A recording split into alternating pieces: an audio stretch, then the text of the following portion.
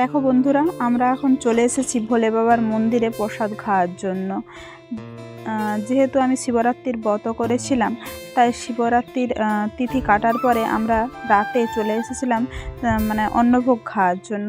এই মন্দিরেই আমি শিবের পুজো দিতে এসেছিলাম, আর এখানে মানে বলে দিয়েছিল আমাদেরকে যে অন্নভোগ এসে রাতে খাওয়ার জন্য। আর এখানে অনেক লোকেরই আয়োজন করা হয়েছিল, শুধু আমরা নয়, অনেকেই আসছিল। শুভ সকাল আমার প্রিয় বন্ধুরা, আশা করি যে যেখানে আছে ভালো আছে এবং সুস্থ আছে। আমি পল্লবী, আমার ব্লগ চ্যানেলে সবাইকে জানাই অনেক অনেক স্বাগতম আর আমার অনেক অনেক ভালোবাসা। দেখো, সকাল সকাল আমি একটু মেয়ের জন্য আলু ভাজা করে নিচ্ছি। দেখেছো, আমার ওখানে মানে আগের দিনের তরকারি করা ছিল, কিন্তু মেয়ের স্কুলের নিয়ম কী বলো তো, ওদেরকে মানে ওদের টিফিন ফিক্স করা আছে, আজকে এটা দিতে হবে তো এটাই দিতে হবে, অন্য কিছু দিলে হবে না। তাই একটু আলু ভাজা করে ওকে মুড়ি দিয়ে দিয়েছিলাম।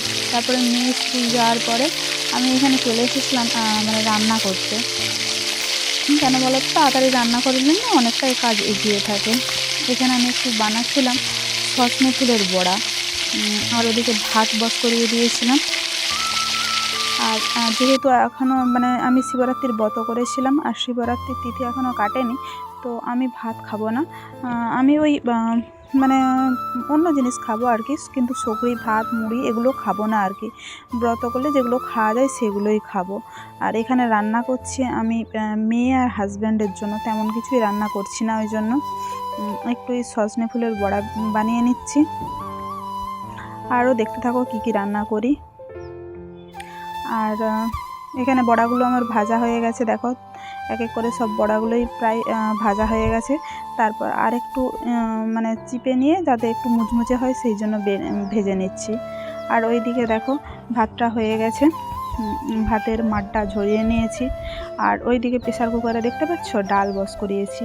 ওই মানে সজনে ফুলের বড়া, ডাল এইসবই রান্না করছি, অল্পই কিছু। পুরো ভিডিওটা দেখতে থাকো, আশা করি তোমাদের ভালো লাগবে। তারপরে দেখো রান্না করতে করতে আমি চলে আসলাম মানে ওই কয়েকটা বলতে শিবরাত্রির দিনে যে শাড়িটা পরে আমি পুজো দিতে গিয়েছিলাম, আরও একটা দুটো শাড়ি না মানে পরা হয়েছিল, কিন্তু গোছ করে আর রাখা হয়নি, তাই চলে আসলাম একটু রোদে দিয়ে দিতে। আর আমি কোনো শাড়ি যদি না কাচি তো একটু রোদে দিয়ে নিই, তাহলে কি হয় বলো তো, মানে শাড়ির ভাঁজটা খুব সুন্দর করা যায়, তারপরেই আবার গুছিয়ে রাখি আলমারিতে। তারপরে এখানে রান্না হয়ে গেছে। আর দেখো রান্না করে আমি একবারে মানে মেয়েকে খাইয়ে নিচ্ছি। আর ওদিকে আমার স্নান টান পুজো সবই হয়ে গেছে। আর এদিকে দেখো পাশের বাড়ির একটা বাচ্চাকে নিয়ে আসছিলাম, ওর সাথে মেয়ে খেলা করছে আর খেয়ে নিচ্ছে। আর তারপরে দেখো মেয়েকে খাইয়ে নিয়ে আমি এখানে আমার খাবারটা বেড়ে নিচ্ছি। আমি যেহেতু ভাত খাচ্ছি না, ওই মানে ওই আটা লুচি আর ঘুগনি এগুলোই খেয়ে নিচ্ছি।